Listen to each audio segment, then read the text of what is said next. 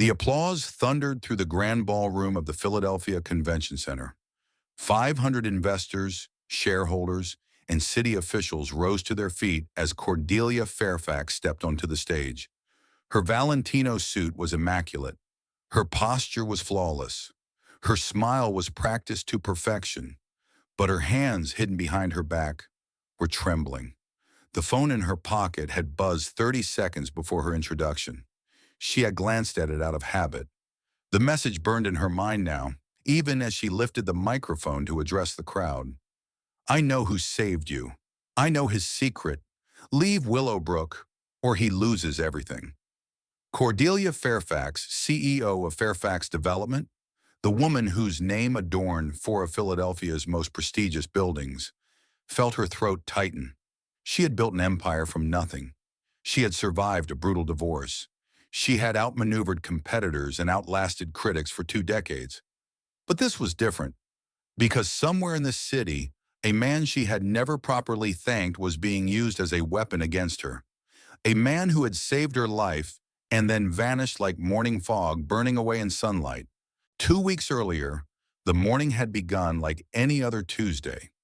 Cordelia was being driven to the Sentinel Tower construction site for a routine inspection. Her driver navigated through downtown Philadelphia while she reviewed quarterly projections on her tablet. The city gleamed around her, towers of glass and steel reaching toward a cloudless autumn sky. She had built 3 of those towers herself. The 4th was rising from the earth even now. She never saw the crane malfunction. The steel beam came down like the fist of an angry god. It struck the front of her vehicle with a sound that would echo in her nightmares for months to come. Metal screaming against metal, glass exploding inward like deadly confetti. The world spinning wildly, then stopping with a violent jolt that knocked every last breath from her lungs. Cordelia hung suspended by her seatbelt, blood trickling from a cut above her eyebrow. The car had crumpled around her like paper crushed in a careless fist. She couldn't move her legs. She couldn't reach her phone. Through the shattered windshield, she could see workers running and shouting, their voices muffled by the persistent ringing in her ears. Then the hands appeared. Rough hands, calloused from years of honest labor. Strong but impossibly gentle. They reached through the broken window and found her face first, turning it toward the light, checking her eyes for signs of serious injury. "Stay still," a voice said, steady, assured, the kind of voice that made panic seem completely unnecessary. "I'm going to get you out of here." She tried to speak, but her mouth wouldn't cooperate. She could only watch as those hands worked with methodical precision, clearing jagged glass, testing the crumpled door, finding the release mechanism for her jammed seatbelt. When the belt finally gave way, he caught her before she could fall, cradling her against his broad chest as he pulled her carefully through the wreckage. The sunlight was blinding after the darkness of the crushed car. Cordelia squinted up at her rescuer, trying desperately to focus her swimming vision. She saw dark brown eyes filled with genuine concern, a face weathered by years of outdoor work in all seasons, hair that needed cutting badly, a strong jaw set with quiet determination. He carried her away from the smoking vehicle and set her down gently on a patch of grass near the construction fence. Then he did something she would never forget as long as she lived. He took off his worn work jacket and draped it carefully over her trembling shoulders. "Help is coming," he said softly. "You're going to be okay." And then he was gone. By the time the paramedics arrived with their sirens and stretchers, Cordelia was sitting alone on the grass, clutching a stranger's jacket around her like armor against the world. She searched the gathering crowd desperately for that face, those eyes, but he had disappeared completely into the chaos. All she had was his jacket and something else, something small that had fallen from its pocket when he placed it around her shoulders. A delicate bracelet, clearly handmade with love and care. Tiny letters were engraved on its simple clasp. "For Daddy's little angel, W.M." For 3 long weeks, Cordelia had searched. She had her security team review every camera angle from the construction site, frame by painstaking frame. She had HR compile comprehensive lists of every worker assigned to Sentinel Tower that day. She had offered a $20,000 reward for information, cleverly disguised as a general employee safety bonus to avoid drawing unwanted attention. Nothing. The man had simply vanished into thin air. No one claimed to have seen anyone matching his description leave the site. No one came forward to accept gratitude or monetary reward. It was as if he had never existed at all. It made no sense to Cordelia. In her world, everyone wanted something. Every interaction came with an angle, a negotiation, an expected return on investment. The idea that someone could save her life and then walk away expecting absolutely nothing in return challenged everything she understood about human nature and motivation. But then the messages started arriving. The first one came 3 days after the accident. A plain white envelope slipped under her office door sometime during the night. No return address, no fingerprints when security dusted it, just a photograph of the Willowbrook apartment complex and a single ominous sentence. "I'm watching your little project very closely." Cordelia had dismissed it as standard harassment. Fairfax Development received threats regularly, disgruntled contractors who lost bids, rejected investors with wounded egos, competitors playing childish games. The second message was entirely different. It arrived the night before the investor presentation, delivered directly to her penthouse by unknown means despite the building's extensive security. Inside was a photograph of a man and a little girl at a park. The man was carrying the child on his shoulders, both of them laughing at something outside the frame. Their joy was palpable even in the still image. Cordelia recognized him immediately. The eyes, the jaw, the gentle strength evident in his hands. Her rescuer. The note attached was devastatingly brief. "His name is Callum Mercer. He works without a proper license. One anonymous call to the labor board, and he loses his job forever.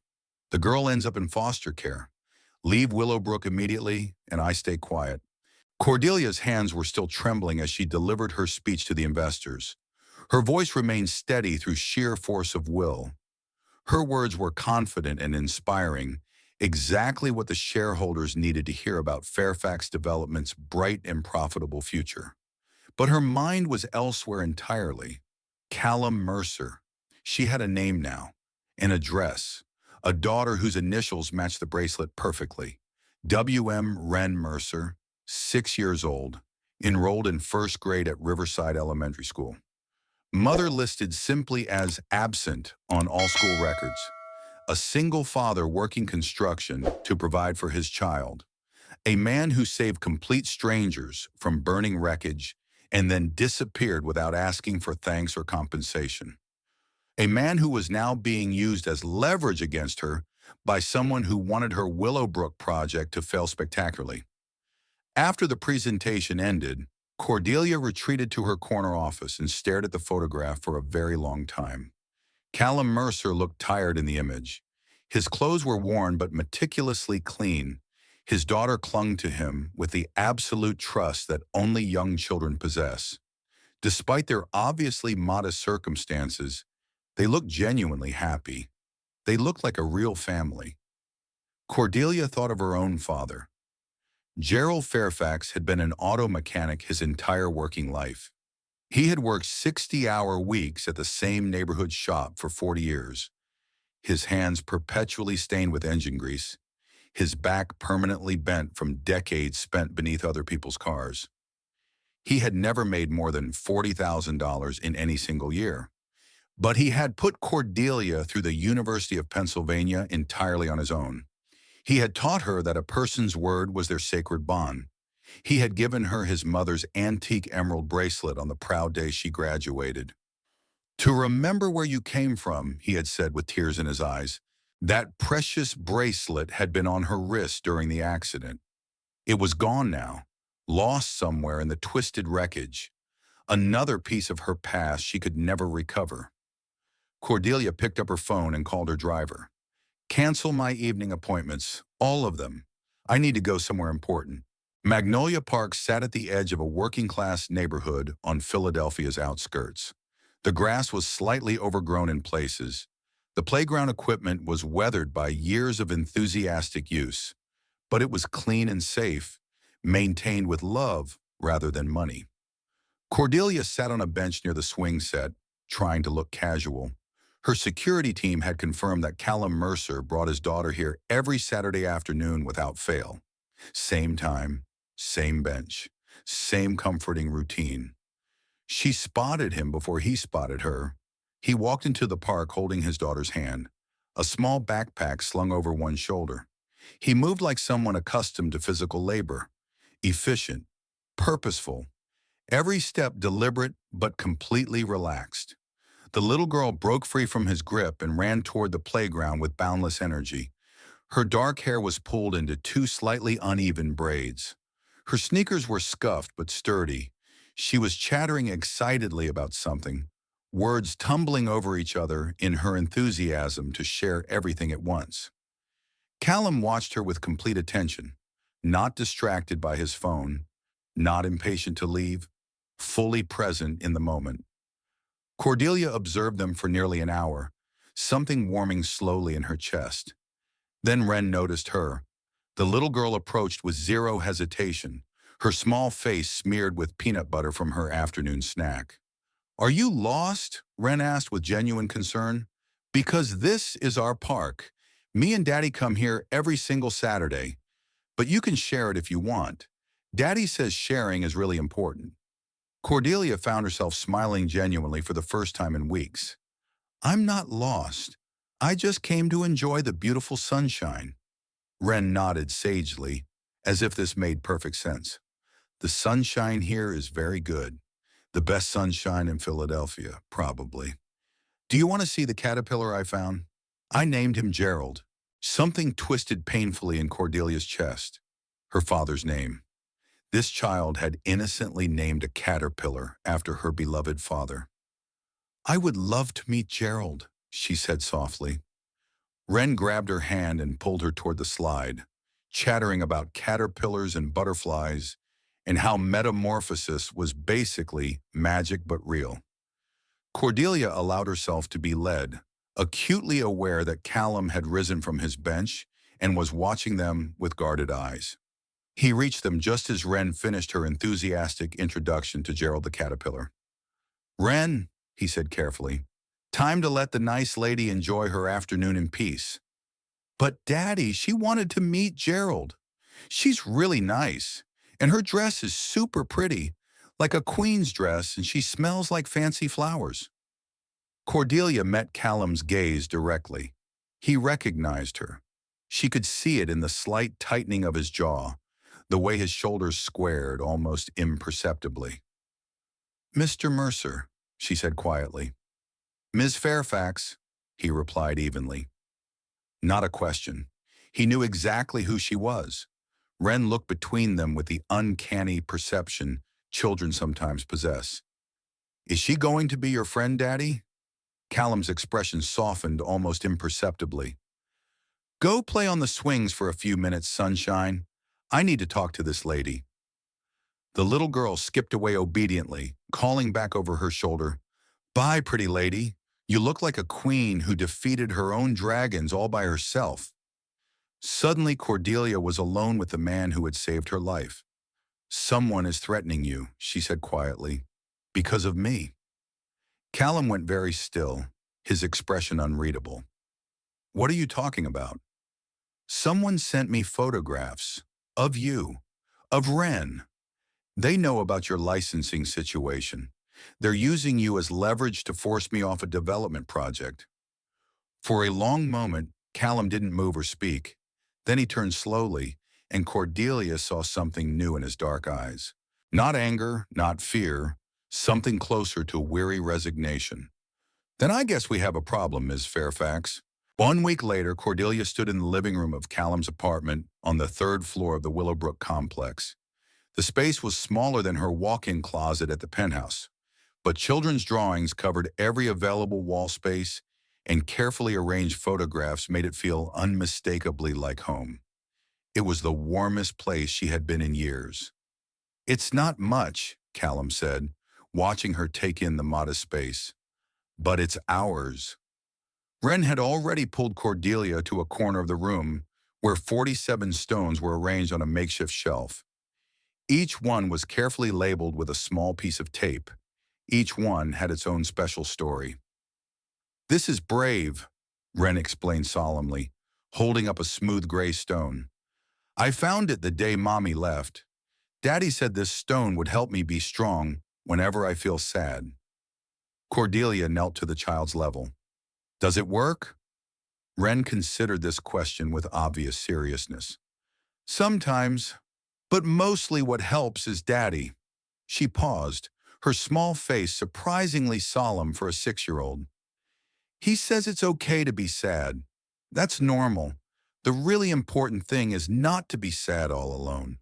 Cordelia felt her throat tighten unexpectedly. When was the last time anyone had told her something like that?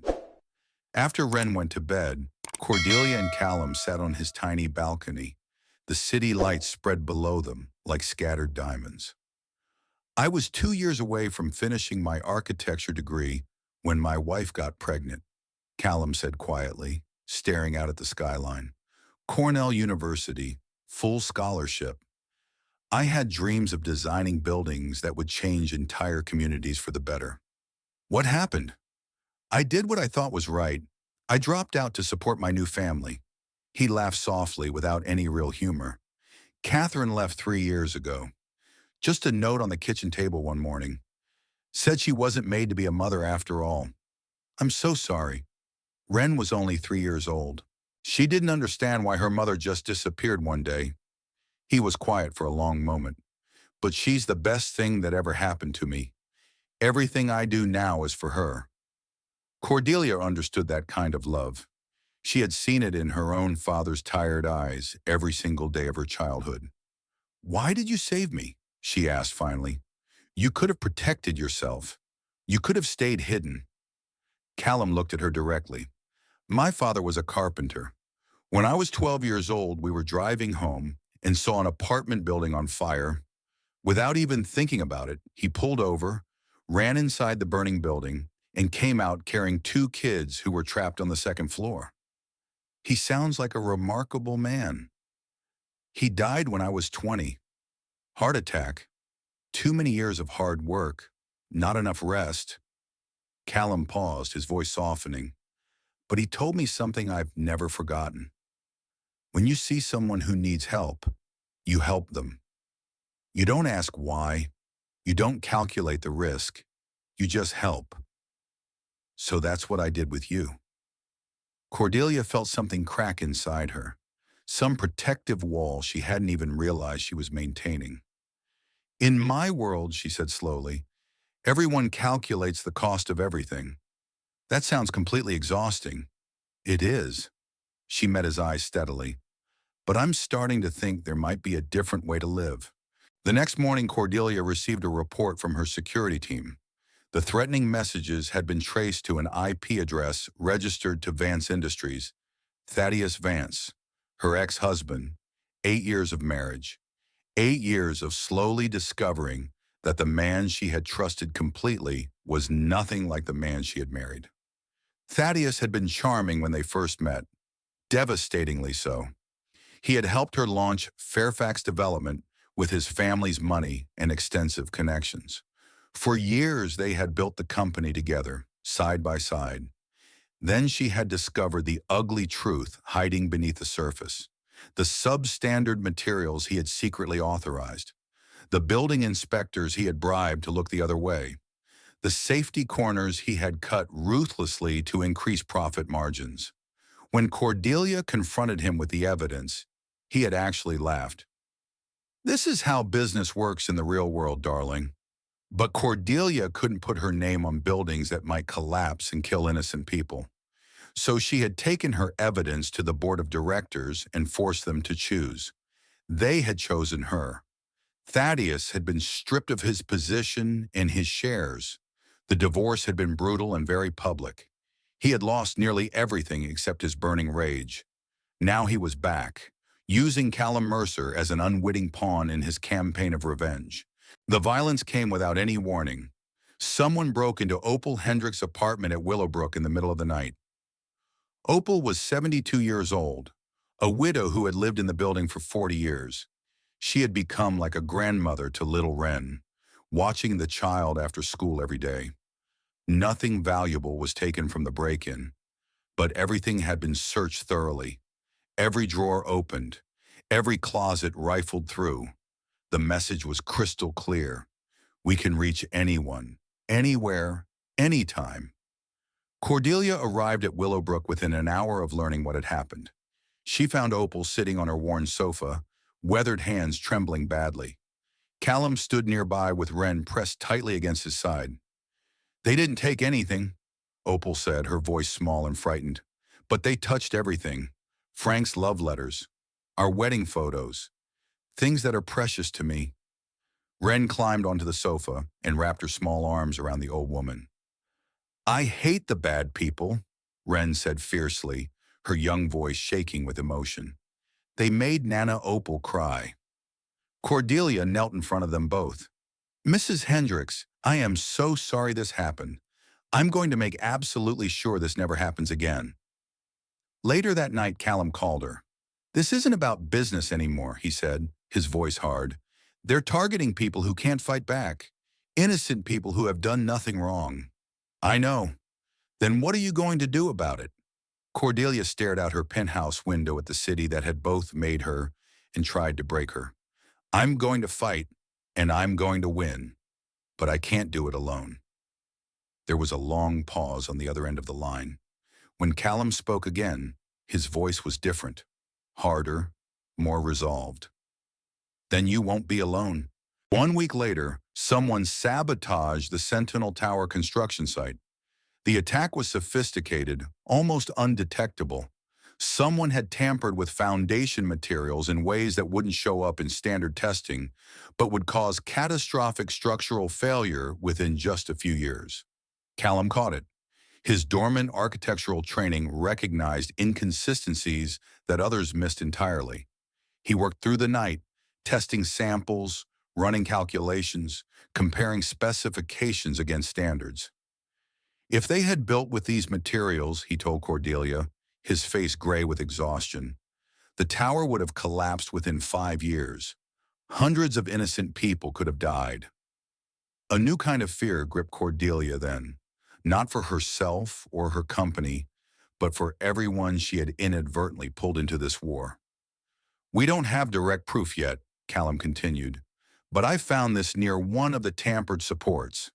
He held up a small evidence bag containing a silver cufflink engraved with 2 letters, TV, Thaddeus Vance. "He wants me to know it's him," Cordelia said slowly, understanding dawning. "He's not hiding anymore." "He's not hiding, he's escalating." Callum crossed the room and took her cold hands in his warm ones. "We're going to stop him," he said quietly. "Together." The trap was Callum's idea.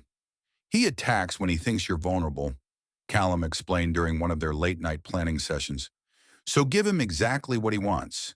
Make him believe you're falling apart. Draw him out of the shadows and let him expose himself." It was incredibly risky. If they failed, Cordelia could lose everything she had spent her life building. But doing nothing meant letting him win. And Cordelia Fairfax had not built an empire by surrendering. They began leaking carefully crafted misinformation, financial troubles at Fairfax Development, board members losing confidence, the Sentinel Tower project behind schedule and over budget. Within days, the stock price dropped 15%.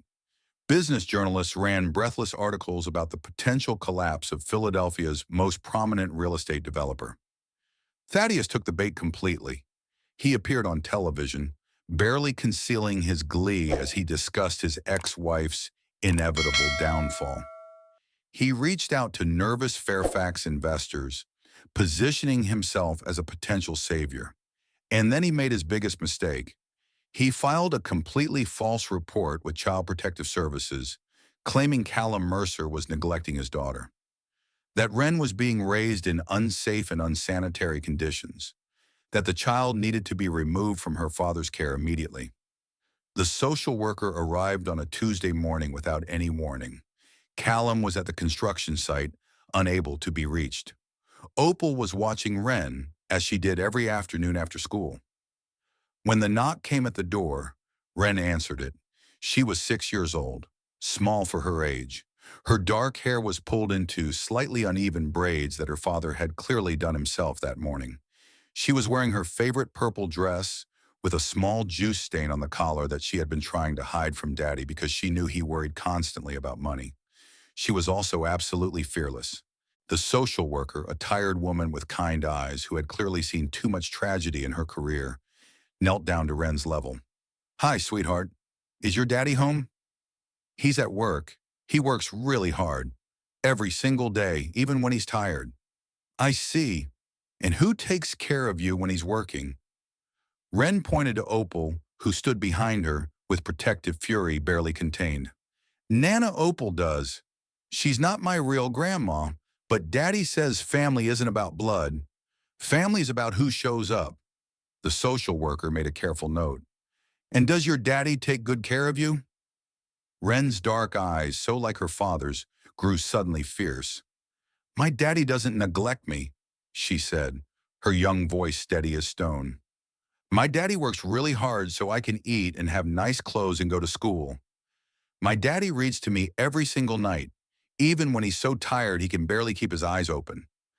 My daddy teaches me that loving someone doesn't mean buying them expensive things. It means being there. It means showing up. It means never ever giving up on someone." She took a breath, and when she spoke again, her voice was quieter, but no less certain. "My daddy gave up his dreams so he could take care of me. He was going to be an architect. He was going to build beautiful buildings that helped people. But my mommy left us, and he stayed. He always stays." The social worker was very still. "Who taught you to say all that, honey?" Wren's chin lifted proudly. "Nobody taught me. I just see. I see how hard he works every day. I see how much he loves me. I see everything." The social worker closed her notebook slowly. She looked at Opal, who had tears streaming down her weathered face. She looked back at Wren, this tiny warrior defending her father with nothing but the pure truth. "I think," the social worker said softly, "that I've seen everything I need to see here." The case was closed that same afternoon. No further investigation required. When Callum came home that evening and learned what had happened, he held his daughter for a very long time. Wren let him, patting his back gently the way he always patted hers when she was sad.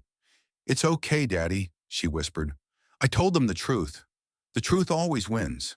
The Willowbrook renovation ceremony was scheduled for a Saturday afternoon in late autumn. 200 residents gathered in the newly landscaped courtyard. Local news cameras documented the historic event. City council members delivered brief remarks about community investment and urban renewal. Cordelia stood at the podium, looking out at the faces of people who had lived in this building for decades. Opal Hendricks sat in the front row, her weathered hands folded in her lap, her eyes bright with cautious hope. This was what her father would have wanted, Cordelia thought. This was why he had worked so hard to give her opportunities. She was halfway through her speech when Thaddeus Vance walked through the crowd. He was dressed impeccably as always. His Italian suit cost more than most of these residents earned in several months. His smile was confident and predatory. "Beautiful speech, Cordelia," he said loudly, ensuring everyone could hear. "It's a shame your company won't be around long enough to keep any of these promises." The crowd murmured nervously. Reporters leaned forward eagerly, sensing drama. Cordelia felt Callum's presence nearby. Wren stood beside her father, clutching his hand tightly. Then the little girl did something that no one expected. She let go of her father's hand and walked directly toward Thaddeus Vance. Everyone watched in stunned silence. The crowd, the cameras, Cordelia herself, her heart pounding. Wren stopped in front of Thaddeus and looked up at him with her clear, fierce eyes. Are you the bad man who made Nana Opal cry? Thaddeus blinked, caught completely off guard. Excuse me. My daddy says bad people like to make other people scared, but I'm not scared of you. She tilted her head, studying him like a scientist examining an unimpressive specimen. You don't look scary at all. You just look sad. Absolute silence fell over the courtyard. Then Cordelia stepped forward. Mr. Vance, you seem surprised to see our stock recovering. 20% up since this morning, in case you missed the news. His smile flickered uncertainly. Cordelia retrieved a tablet from the podium. The screen behind her came to life. Emails, bank transfers, surveillance footage. These emails show you directing the attack on Sentinel Tower's foundation materials. These bank records show payments to the individuals who carried out the sabotage. The crowd gasped as image after image appeared on the massive screen. Cordelia had spent 3 weeks building this case, working alongside Callum through sleepless nights, piecing together every fragment of evidence. You see, Cordelia continued, her voice steady as steel, Mr. Vance believed he was untouchable. He believed that wealth and connections would protect him from consequences. He was wrong. She turned to face her ex-husband directly. You tried to destroy my company. You tried to endanger innocent lives. You tried to take a little girl away from the only parent who ever truly loved her. Her voice dropped. But you underestimated something, Thaddeus. You underestimated what people can accomplish when they fight together, when they protect each other, when they refuse to let fear win. Opal Hendricks stood up from her seat in the front row, her weathered hands clasped together. Around her, other Willowbrook residents rose as well, one by one, a silent wall of solidarity. Thaddeus looked at them. For the first time, uncertainty flickered across his arrogant face. You're surrounded by the people you tried to hurt, Cordelia said quietly, and they're still standing. Marlo Sinclair, Cordelia's legal counsel and closest friend, stepped forward with a thick folder in her hands. Mr. Vance, Marlo said, her voice carrying absolute certainty, I have 47 pages of forensic analysis, 12 witnesses, and 3 sworn depositions. The FBI has reviewed everything. They found it quite compelling. 2 figures in dark suits emerged from the edge of the crowd, FBI agents. They approached Thaddeus with the practiced efficiency of professionals who had done this many times before. Thaddeus Vance, you're under arrest for conspiracy to commit sabotage, endangerment of life, and attempted fraud. As they placed handcuffs on his wrists, Thaddeus locked eyes with Cordelia one final time. You'll regret this. Cordelia held his gaze without flinching. I've regretted many things in my life. Most of them involve the 8 years I wasted married to you. This isn't one of them. She watched as they led him away through the silent crowd. Someone began to clap. Then another person joined. Then another. Until the entire courtyard was filled with thunderous applause. But Cordelia wasn't looking at the crowd. She was looking at Callum, who was holding his daughter in his arms, both of them smiling at her with something that looked very much like pride. 1 month later, Cordelia returned to Magnolia Park. The autumn leaves had given way to the bare branches of early winter. The playground equipment was the same, weathered but well-loved. The grass was dormant now, waiting for spring. Callum was already there, sitting on their usual bench. Wren was attempting to teach another child the proper technique for examining caterpillars, her voice carrying across the playground with the authority of a seasoned professor. Cordelia sat beside him and pulled something from her pocket. I've been holding on to this since the accident, she said, placing the small bracelet in his palm. It fell from your jacket pocket when you saved me. I kept meaning to return it. Callum looked at the bracelet, then at her. His expression was unreadable. This was the first thing I ever made for Wren, he said quietly, when she was born. I wanted her to know that no matter what happened, she would always be my little angel. It's what led me to you. What helped me understand who you were. Their eyes met and held. Cordelia Fairfax, Callum said slowly, I never thanked you. For what? For fighting. For staying. For not walking away when things got dangerous. He paused. For showing my daughter what it looks like when someone builds things that truly matter. Before Cordelia could respond, Wren came running over, breathless with excitement. Daddy, the caterpillar's making a chrysalis. You have to come see. She grabbed both their hands, pulling them toward the slide where Gerald the caterpillar was apparently undergoing his miraculous transformation. Later, as the sun began to set over Philadelphia, painting the sky in shades of gold and amber, they walked through the park together. Wren skipped ahead, collecting leaves she deemed special enough to keep. Daddy, she called back, not breaking stride. Can I ask you something important? Always sunshine? Wren stopped walking and turned to face them both. Her expression was serious in that way only children can manage. Utterly sincere, completely without pretense. Can I call Cordelia something different? Callum glanced at Cordelia, uncertain. What do you mean, sweetheart? Miss Cordelia sounds so far away, like she's a stranger visiting from somewhere else. Wren walked back to them and took Cordelia's hand in her small one. But she's not a stranger anymore. She's here. She's always here now. Cordelia felt her throat tighten. What would you like to call me? Wren considered this question with the gravity of a Supreme Court justice weighing a landmark decision.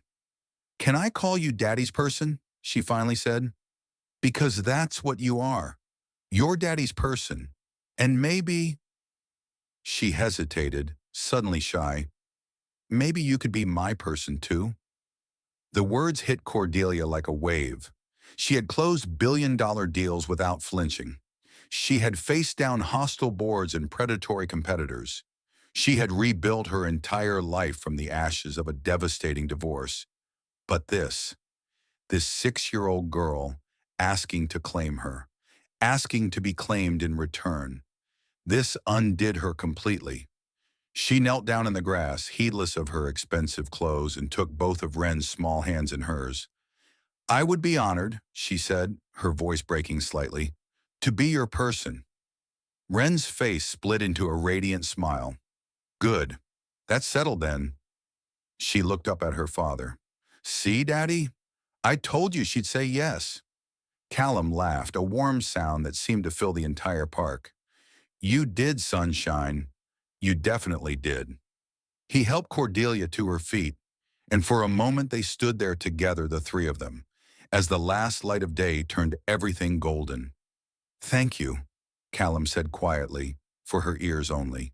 For what? For finding us, for staying, for being brave enough to let us find you too. Cordelia looked at this man who had saved her life and then tried to disappear. This man who had raised a daughter alone, who had sacrificed his dreams without complaint, who had taught a little girl that love meant showing up. Your father was right, she said softly. When you see someone who needs help, you help them. You don't ask why. And you needed help?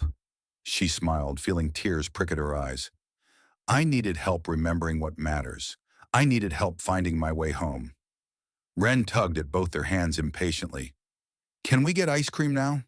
Special people get ice cream. That's a rule. Is it now? Callum raised an eyebrow. It is now, Wren declared. I just made it. As they walked toward the ice cream truck at the edge of the park, Wren positioned herself between them, holding both their hands, swinging slightly with each happy step.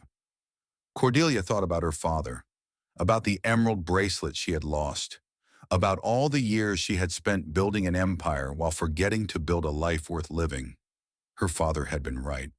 The things that mattered most couldn't be measured in dollars or square footage or quarterly projections. They could only be measured in moments like this. Cordelia? Wren's voice broke through her thoughts.